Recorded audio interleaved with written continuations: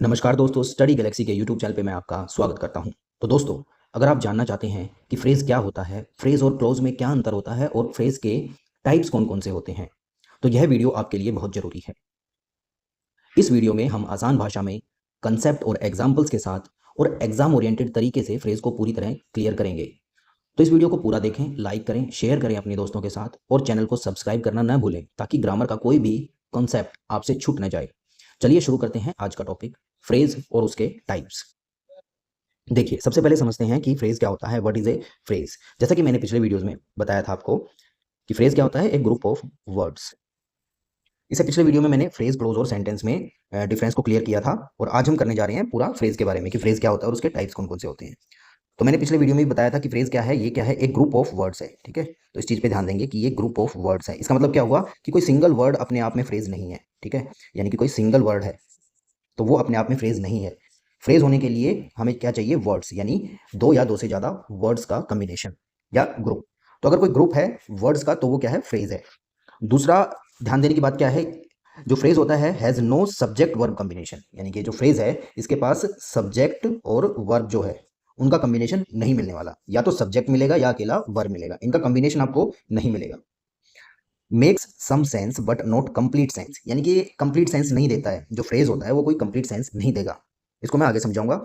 उसके बाद है acts as a single part of a speech like a noun, adjective और एडवर्ब, यानी कि वो अपने आप में एक नाउन का काम कर सकता है, एक एडजेक्टिव का काम कर सकता है या एडवर्ब का काम कर सकता है, लेकिन पूरे तरीके से सेंटेंस का काम नहीं करेगा और ना ही कोई कंप्लीट सेंस देगा। एग्जाम्पल से समझाता हूँ, इन द ईस्ट।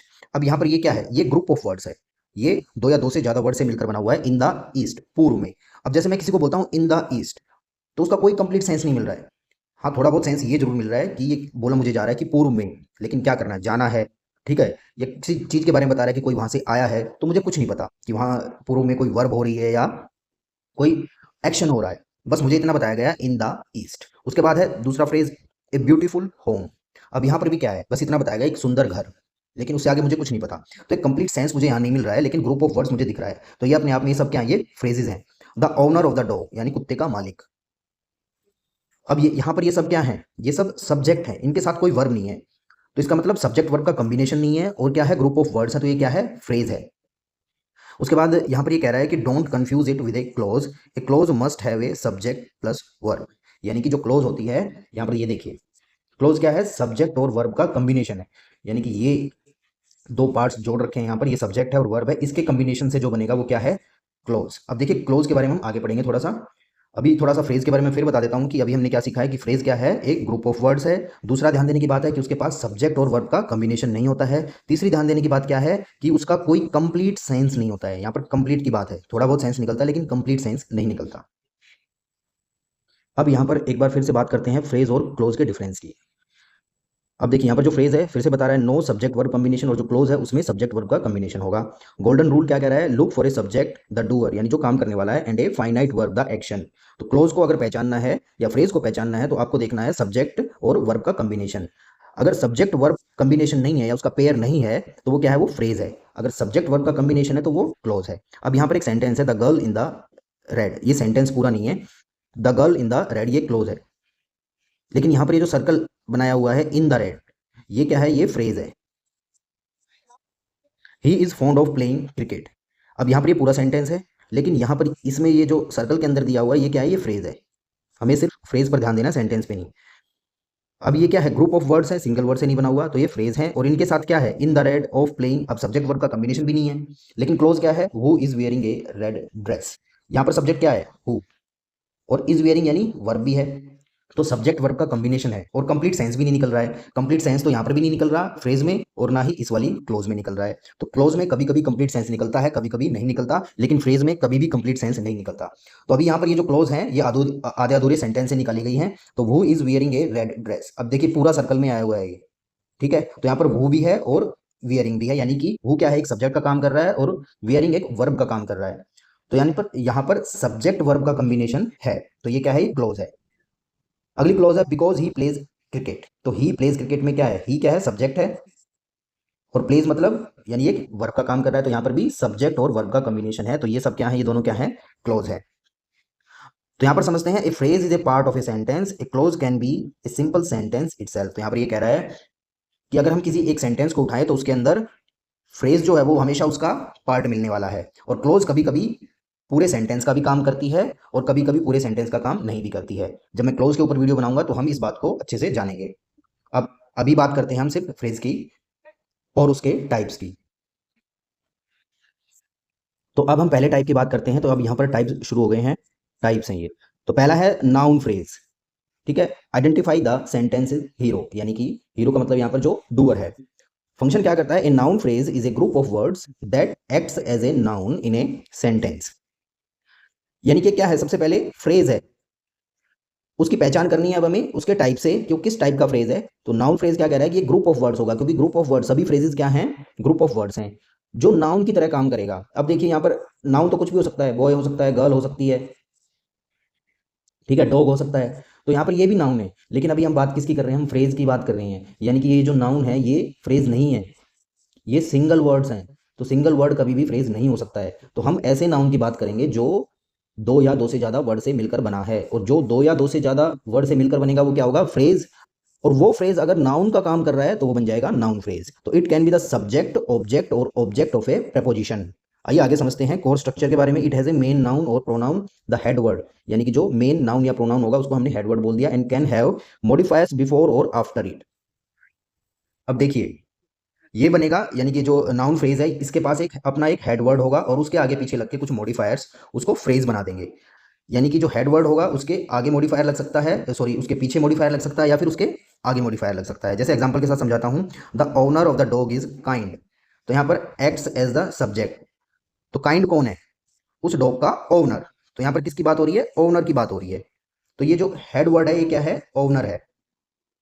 तो ये सब्जेक्ट का काम कर रहा है। अब देखिए काइंड डॉग नहीं है, कौन है, ओनर। लेकिन ये ओनर के बारे में भी कुछ बता रहा है कि वो ओनर किसका है, ऑफ द डॉग। तो यहां पर ये पूरा एक फ्रेज बन रहा है, ठीक है। तो यहां पर ये पूरा एक फ्रेज बन रहा है, the owner of the dog. काम तो ये किसका कर रहा है, नाउन का या सब्जेक्ट का काम कर रहा है, लेकिन ये अपने आप में एक फ्रेज है क्योंकि कई सारे वर्ड से मिलकर बना है। अगर मैं सिर्फ ओनर की बात करूंगा तो वो एक सिंपल नाउन बन जाएगा, लेकिन इसके पास और भी वर्ड आ गए। अब इसको ये मॉडिफाई कर रहा है कि ओनर किसका, डॉग का। तो यहाँ पर इसके आगे मॉडिफायर्स लगे हुए हैं। ये ऑफ द डॉग इसको और ज्यादा मॉडिफाई कर रहा है कि वो ओनर किसका है, कुत्ते का। तो इस तरीके से the owner of the dog अपने आप में क्या बन जाएगा, एक नाउन फ्रेज बन जाएगा।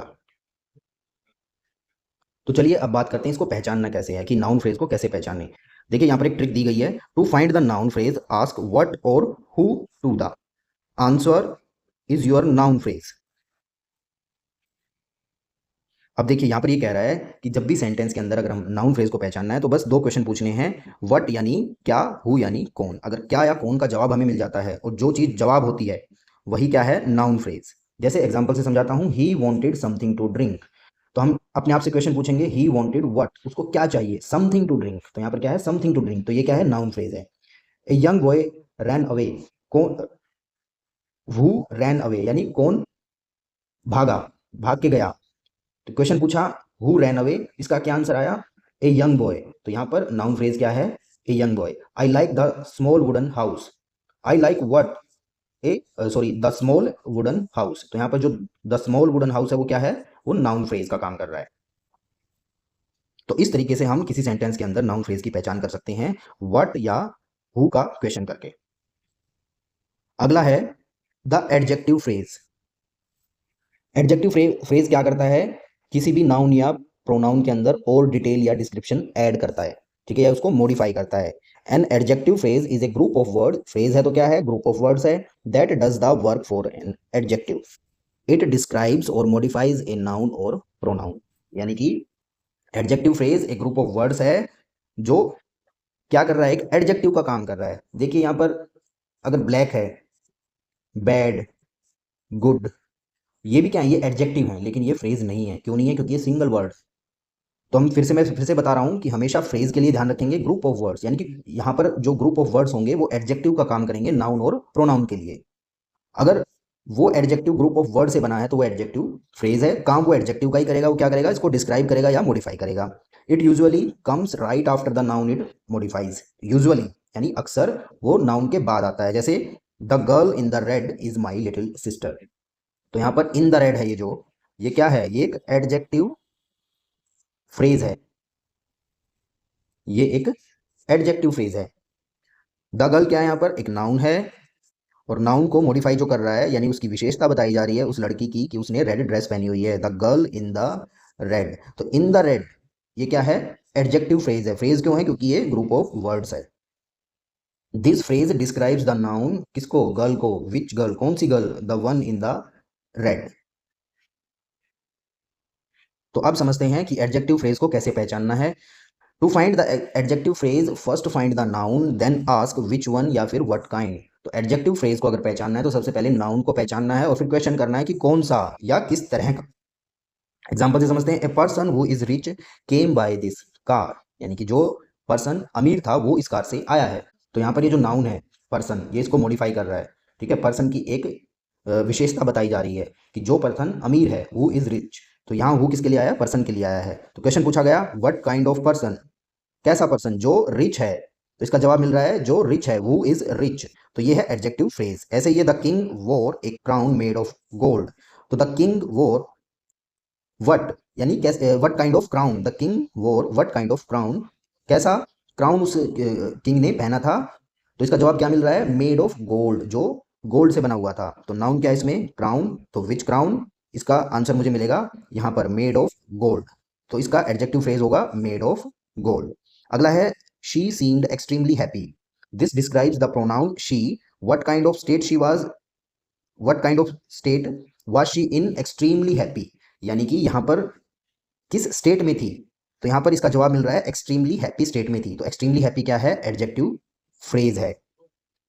तो इस तरीके से हम एडजेक्टिव फ्रेज की पहचान कर लेंगे कि जहां पर विच वन, ये विच वन और व्हाट काइंड का आंसर हमें मिल रहा हो, वो क्या है, वो एडजेक्टिव फ्रेज है।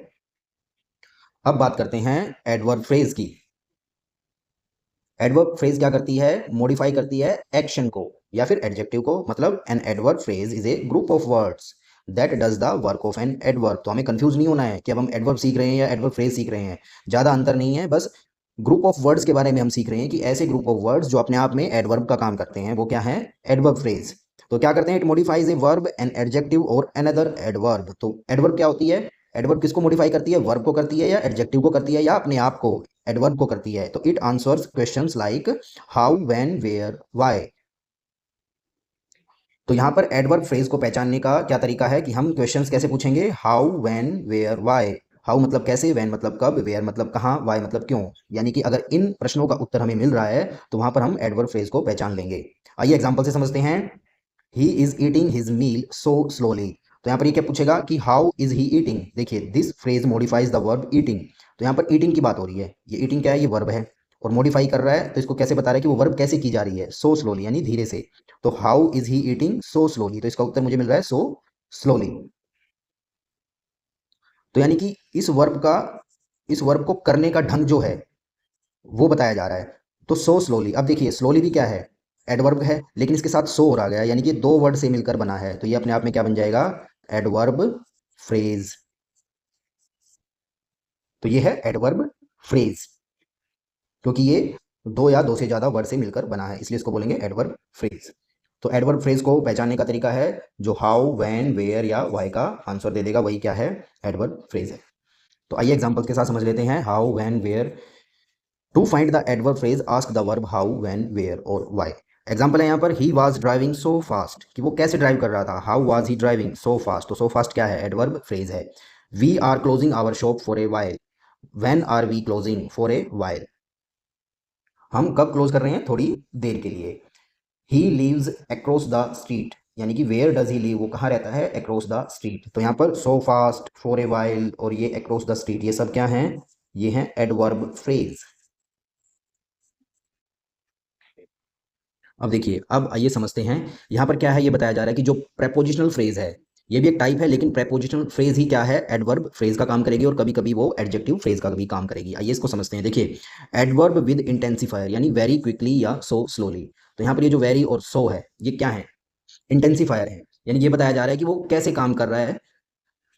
तो यहाँ पर वेरी और सो, तो इससे क्या पता चल रहा है कि ज़्यादा जल्दी, वेरी क्विकली, सो स्लोली, बहुत धीरे। तो यहाँ पर हम देखेंगे कि इंटेंसिफायर का यूज़ हुआ है। अब आगे बढ़ते हैं, prepositional phrase acting as adverb. अब ये सेंटेंस देखिए, he spoke in a loud voice.